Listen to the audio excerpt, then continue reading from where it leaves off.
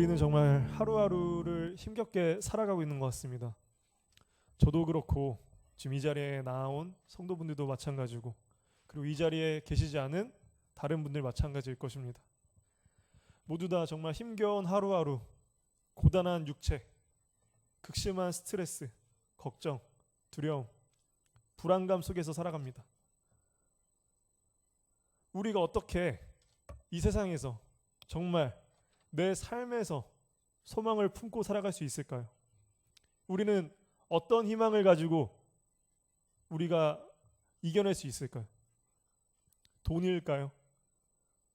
아니면 직장일까요? 투자한 것들이 잘 올라가면 가능할까요?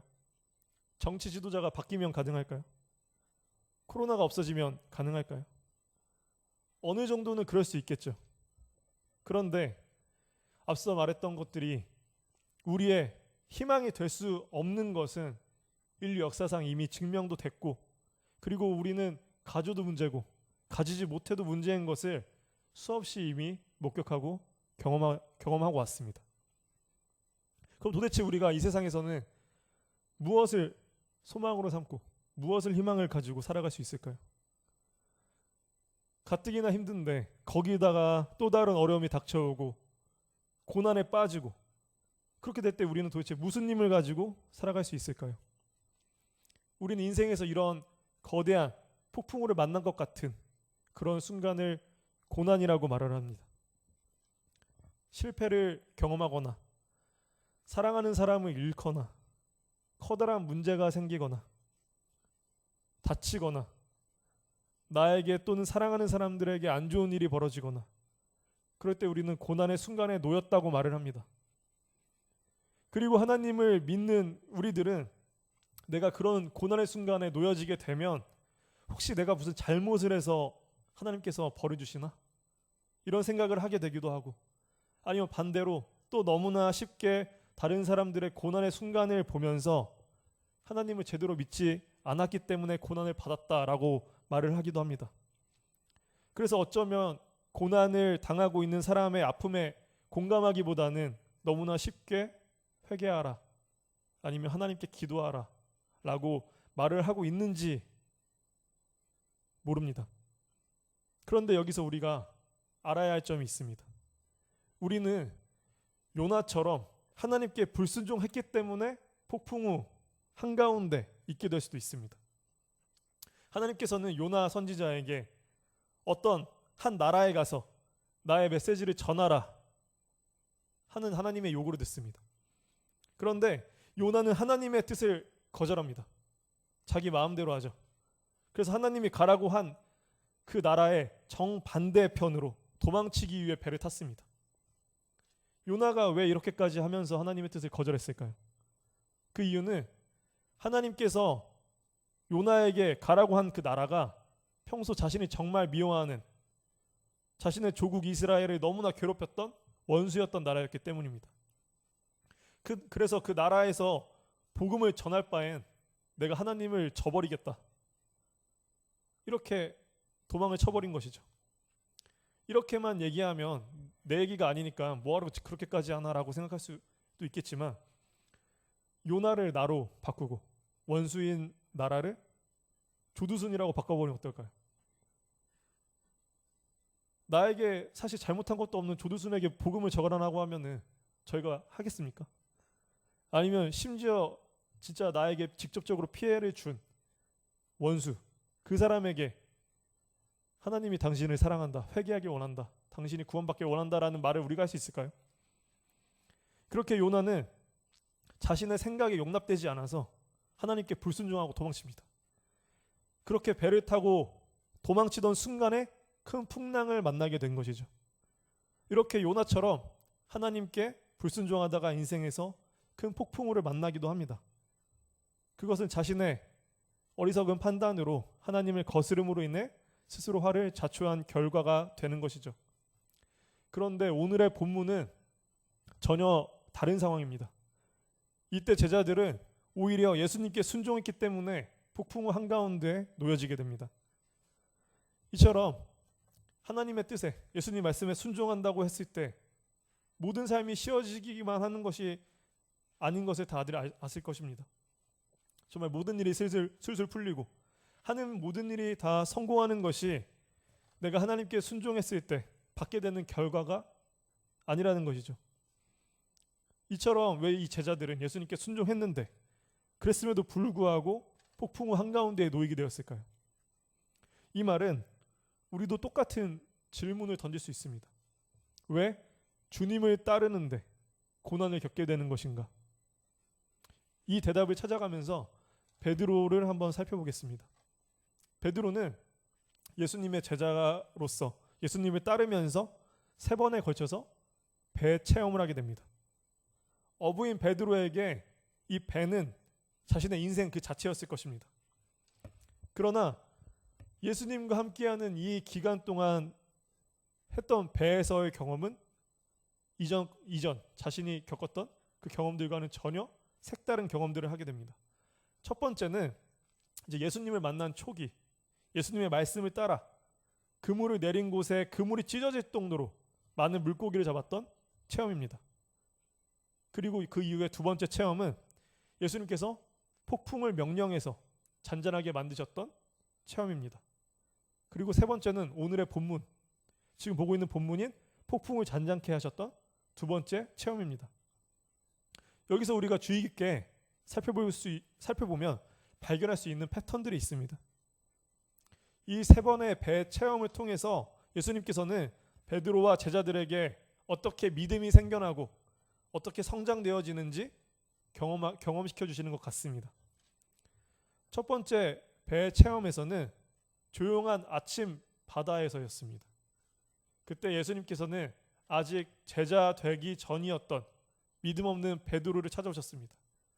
베드로는 하루 종일 수고하고 애썼지만 아무 결과를 얻지 못한 그렇게 고단하게 앉아 있었던 베드로를 향해 찾아오셨습니다. 그날 예수님께서는 베드로에게 가르침을 주시고 기적을 보여주시고 길을 알려주시고 체험하게 해주시며 직접적으로 주님을 따라오게 하셨습니다. 그렇게 예수님은 그 순간에 제자들과 늘 함께 하시면서 모든 순간 직접적으로 다 알려주셨고 대답해 주셨고 인도해 주시며 이끌어 주셨습니다. 믿음의 시작인 것이죠. 우리들도 신앙 초기에는 다 이런 경험이 있었을 것이고 우리도 그 경험을 통해서 믿음이 시작되었습니다. 그래서 어떤 분은 신앙 초기에는 무슨 기도를 해도 하나님이 다 들어주신다 라고 말을 하기도 합니다. 마치 어린 아기를 키울 때 아이가 칭얼대면 젖을 주고 안아주고 기저귀를 갈아주고 아기가 필요로 하는 모든 것을 다 들어주는 시기가 필요한 것처럼 예수님은 베드로에게 하셨던 것처럼 동일하게 우리들에게도 그렇게 다가와 주셨고 우리의 필요를 채워주셨고 우리를 안아주셨고 우리를 향한 그 경험이 있었기 때문에 이 시간 이 자리에 나와 다시 하나님 품에 안기고자 나와 있을 것입니다. 두 번째 배에서의 체험은 폭풍이 부는 밤 바다에서였습니다.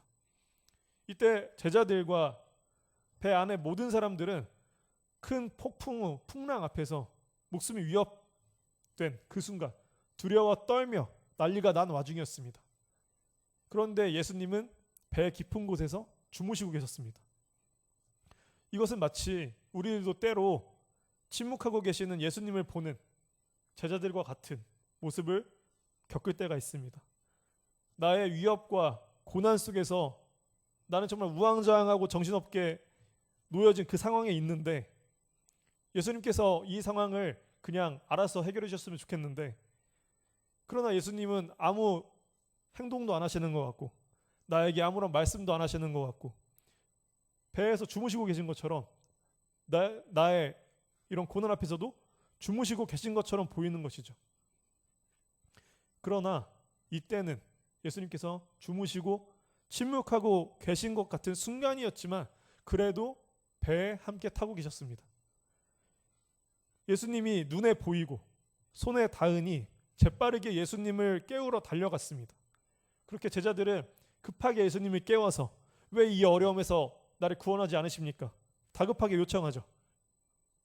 이 단계는 아마 우리가 살아가면서 감당할 만한 어려움, 감당할 만한 고난 앞에 놓여져 있는 그런 단계일 것입니다. 제자들에게 주님이 눈앞에 계시고 또 함께 계셨던 것처럼, 배 안에 함께 계셨던 것처럼 지금 우리에게도 나에게 닥쳐온 이 어려움과 고난이 그래도 해결할 만한 보이는 것들, 그런 어려움, 이것과 비슷한 것이죠. 오늘의 본문인 세 번째 배에서의 체험은 똑같은 폭풍이 부는 밤바다에서였습니다. 그러나 이때는 예수님이 함께 배에 계시지 않았습니다. 이 직전에 있었던 일이 오병이어의 사건입니다.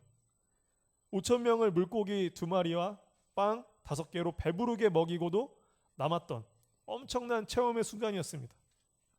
그래서 사람들은 모두 예수님이 누구이신지 진정으로 그분을 알고 주님의 말씀을 배우고 따르려고 하기보다는 그저 자신들의 육신의 왕, 나의 육신과 고난과 어려움을 해결하게 할 자신들의 램프의 요정과도 같은 존재로 예수님을 만들고자 했습니다.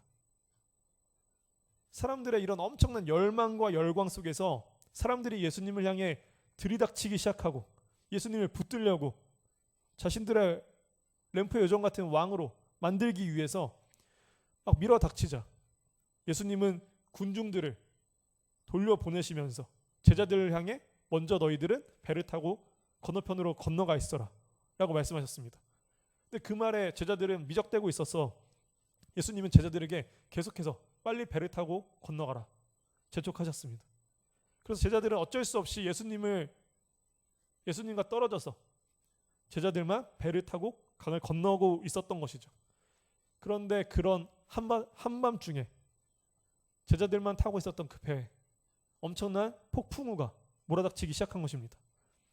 이때 제자들에게 예수님이 함께 계시지 않았고 예수님이 눈에 보이지도 않았습니다.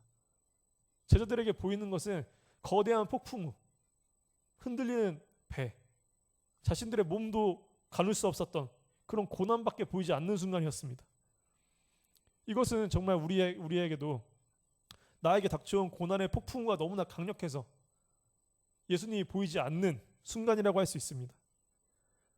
예수님을 향한 이 믿음이 지금 나의 현실의 어려움을 넘어서는 것처럼 보이고 예수님도 도우실 수 없을 것 같은 그런 순간과 비슷한 것이죠.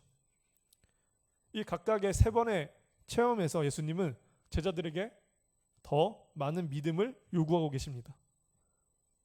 첫 번째는 예수님이 그들과 함께 하셨었고, 두 번째는 예수님이 배에 함께 하셨었고, 세 번째는 예수님이 함께하지 않으셨습니다. 이 3번의 단계에서 예수님이 원하신 것은 예수님이 우리와 함께 있든 없든, 배에 함께 타고 있지 있든 않든 어떤 환경에서든지 예수님을 믿도록 하기 위해서였습니다. 예수님은 제자들에게 더욱더 큰 신뢰를 경험하게 하셔서 우리의 믿음을 더욱더 커질 수 있도록, 더욱더 믿을 수 있도록 그렇게 경험시키시고 계신 것이죠. 두 번째 체험 때 예수님은 주무시고 계셨지만 제자들의 다급한 구원 요청에 예수님은 응답하셨습니다. 그리고 명령하셔서 바다를 잔잔하게 하셨습니다. 그리고 제자들에게 하신 말씀이 어찌하여 믿음이 없느냐 라는 가르침을 듣게 되었습니다. 아직 예수님이 어떤 분이시고 그분을 따르는 믿음의 능력이 어느 정도인지 신뢰하지 못했던 그 제자들은 이 믿음의 경험을 통하여서 한 단계 더 성장하게 됩니다. 제자들은 이제 앞으로 예수님을 따르는 이 길 가운데 예수님과 함께라면 이런 풍랑, 어떤 풍랑이라도, 어떤 자연재해, 어떤 어려움이라고, 오병이어 때처럼 먹을 것이 없는 순간이라도, 어떤 순간이라도 예수님의 명령과 예수님의 말씀, 능력으로 함께한다면, 모든 것을 가능하게 하시는 예수님을 믿는다면 우리는 안전할 것이다. 이분과 함께라면 내가 못할 것이 없다라는 믿음이 생겨나게 된 것이죠. 그러나 문제는 세 번째, 예수님이 같이 계시지 않았다는 거죠. 예수님이 보이지 않았다는 거죠. 그런 상황에서 폭풍우가 배를 덮치기 시작했습니다. 제자들은 그 긴 시간 동안 폭풍 속에서 고난을 당하고 있었습니다. 제자들의 심정을 한번 생각해 보시길 바랍니다. 두 번째 폭풍우 때는 그런 고난의 순간이긴 했지만 예수님이 주무시고 계시긴 했지만 그래도 배에 함께 계시지 않았습니까? 나의 눈에 보였습니다. 가서 깨우기만 하면 예수님이 뭐든지 하실 수 있었습니다. 그러니 불이 나게 뛰어가서 예수님을 급하게 깨워서 이 문제를 해결해달라 요구할 수 있었습니다. 그러나 지금은 똑같은 폭풍우 한가운데였지만 예수님을 불러올 수도 없습니다. 자신들의 지금 위기에 빠진지 예수님은 지금 아실 수조차 없는 그런 상황입니다. 그 누구도 자신들을 구원할 수 없을 거란 깊은 좌절과 두려움에 빠져 있는 그 순간이었습니다. 제자들의 절반은 어부였습니다. 배 전문가였던 제자들 역시 이런 순간에 할 수 있는 것은 단 하나도 없었습니다. 그저 죽지 않고 제발 무사히 살아남기만 간절히 빌 수밖에 없을 순간이었습니다. 사람은 이러한 무력한 순간에 이런 상황 속에서 할 수 있는 것이 없고 무력할 수밖에 없기 때문이죠. 그렇게 좌절의 순간에 그런 고난의 순간에 전혀 예상할 수 없었던 기대하지도 않았던 일이 벌어집니다. 바다 한가운데에서 사람의 형체가 걸어오기 시작한 것입니다. 사람이라면 절대 저렇게 저 폭풍우 순간에 바다를 걸어서 올 수가 없죠. 그래서 제자들은 폭풍우도 무섭고 두려웠지만 이 사람의 형체는 더 두려웠습니다. 사람이라면 올 수 없는 것이기 때문에 제자들은 유령인 줄 알았던 것이죠. 그래서 다들 유령이다. 꼼짝 못하고 겁에 질려서 소리만 지르고 있었습니다. 그런데 유령이 말을 건넵니다. 그 음성은 너무나 따뜻하고 이 모든 위협의 순간에 제자들이 패닉이 빠져있는 그 순간에 한순간에 제정신을 차리게 만들었던 강력한 힘이 있었습니다. 안심하여라 나다. 두려워 마라. 예수님이셨습니다. 그들의 구원자, 슈퍼스타. 영화에서만 보는 그런 슈퍼스타, 스파이더맨, 슈퍼맨 그런 것이 아니라 실제로 나에게 찾아오신 그런 구원자, 영화, 드라마가 아닌 실제였습니다. 베드로는 자신들을 구원할 수 있는 방법은 단 하나도 없다고 좌절하던 그 순간 도무지 믿을 수 없는 예수님이 나를 향해 이 폭풍을 뚫고 걸어오시는 모습을 보자 더 이상 두려움이 사라졌습니다. 예수님께 요청해 자신도 지금 예수님에게 건너가게 해달라고 부탁합니다.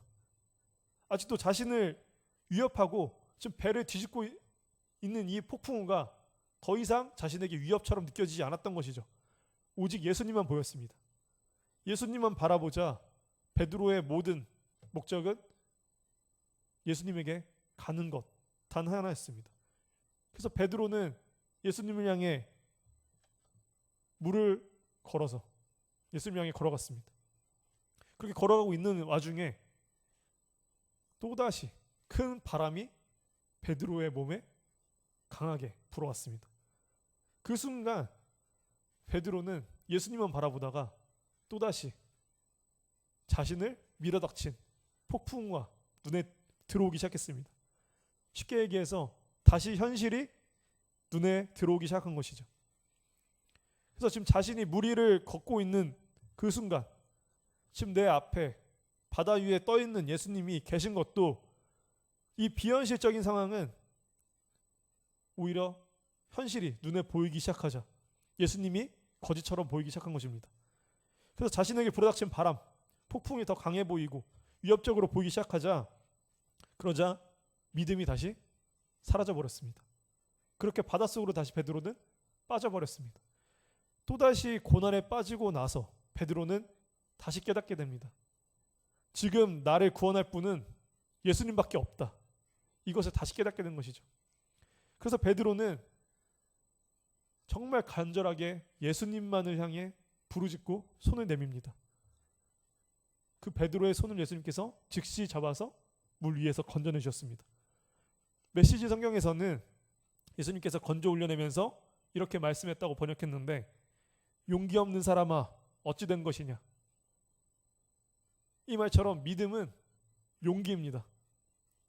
믿음은 현실이 우리의 주인인 것이 아니라 비현실처럼 보이는 예수님의 말씀을 믿는 것이죠. 예수님의 말씀을 믿는 그 용기입니다. 그래서 우리는 믿음의 용기가 없으면 우리 세상 속에서 쉽게 무너져 버립니다. 우리가 용기를 얻을 수 있는 방법은 내 힘과 능력으로는 불가능합니다. 제자들이 경험했던 것처럼 오직 예수님의 도우심으로 한 단계 한 단계 경험하며 성장되어지는 것뿐입니다. 그렇게 우리의 시선은 더 이상 풍랑, 폭풍우가 아니라 그 순간에서도 나에게 걸어오고 계시는 예수님만을 바라보는 것입니다. 그렇게 예수님을 신뢰하고 예수님을 믿는 믿음으로 살아갈 때 예수님의 세상을 이기는 믿음을 나의 삶에서 경험하게 되고, 그렇게 우리는 불순종의 삶이 아니라 예수님을 진정으로 따라 살려고 노력하고, 그렇게 살려고 노력할 때 겪는 고난, 폭풍우, 이것은 그런 의미를 담고 있는 것이죠. 우리가 예수님을 만나고 체험하고 더 큰 믿음의 성장을 위해 예수님의 구원을 경험하게 되는 그런 순간들이죠. 그 한 걸음이 우리를 진정한 그리스도인이 되도록 인도하시고 진정한 하나님의 자녀가 될 수 있도록 만들어주시는 것입니다. 그런데 우리가 놓치지 말아야 될 점이 하나 또 있습니다. 세 번째 체험 때 예수님은 배 안에서 제자들과 함께 계시지 않았습니다. 그런데 오늘 본문 23절을 보면 그 순간 예수님께서는 기도하러 따로 산에 올라가시니라 이렇게 되어 있습니다. 예수님은 그 순간에서도 제자들을 향해 기도하고 계셨습니다. 제자들의 믿음이 떨어지지 않도록, 제자들이 이런 폭풍과 고난의 순간에서도 하나님에 대한 믿음을 잃지 않도록 예수님께서 기도하고 계셨던 것이죠. 예수님께서는 정말 어느 한순간도 잊지 않으셨고 놓치지 않고 내버려 두지 않으셨습니다. 히브리서 2장 18절을 보면 그가 시험을 받아 고난을 당하셨은즉 시험 받는 자들을 능히 도우실 수 있느니라. 예수님께서 육신의 몸을 입고 이 땅에 오셔서 우리가 겪었던 모든 고난, 우리가 겪었던 그 고난보다 더 큰 고난을 몸소 겪으셨습니다.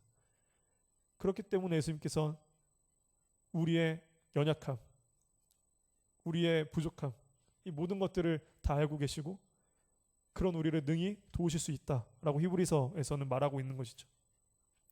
그래서 우리가 정말 이런 폭풍우 한가운데 있는 것 같은 이런 순간이라면 예수님께서 나를 이곳으로 오게 하셨다는 사실을 잊지 않으시길 바랍니다. 예수님께서는 지금 나의 모든 환경을 이미 다 알고 계십니다. 그런 나를 위해 예수님께서는 기도하고 계십니다. 그리고 예수님께서는 우리에게 하신 약속의 말씀으로 나에게 동일하게 말씀하고 계십니다. 그렇게 예수님께서는 나의 믿음 안에서 나를 성장시키십니다. 그리고 예수님께서는 그 누구보다, 나 자신보다 나 스스로를 더 철저하게 잘 알고 계십니다. 이 과정을 통해서 예수님께서는 우리에게도 직접적으로 삶에서 가르침을 주십니다. 사랑에 대한 가르침을 주십니다. 주님께서는 제자들을 폭풍 가운데로 보내셨지만 그런 환경은 결국 제자들에게 유익했기 때문입니다. 우리들도 예수님을 따르는 삶 가운데 폭풍 가운데 놓여져 있다면 이 환경은 예수님의 우리에게 너무 힘들어 보이지만 사실은 이게 나에게 더 유익할 수 있다라고 받아들일 수도 있습니다. 또 믿음에 대한 가르침입니다. 제자들이 주님을 신뢰하는 법을 배워야 했기 때문입니다. 우리들에게도 예수님을 신뢰하는 그 시기가 필요하기 때문입니다. 그리고 소망에 대한 가르침입니다. 제자들의 공경이 극도로 이르렀을 때 주님께서 언제든지 구하러 오셨습니다. 이 배 세 번의 체험에서도 어떤 순간에서도 예수님은 모든 것을 뚫고 찾아오셨습니다. 지금 우리들도 마찬가지일 것입니다. 내가 어떤 상황에서 있든 어떤 어려움이 있든 내가 믿을 수 없는, 내가 해결될 수 없을 것 같은 그 어려운 순간에 있든 제자들이 했던 것처럼 예수님만을 바라볼 때 예수님은 그 모든 것을 뚫고 나를 찾아오실 것입니다. 우리 모두 예수님에 대한 이 예수님께 시선을 고정하고 나에게 찾아오신 예수님을 만나는 그런 귀한 한 주가 되도록 그런 삶을 살도록 기도드리시겠습니다.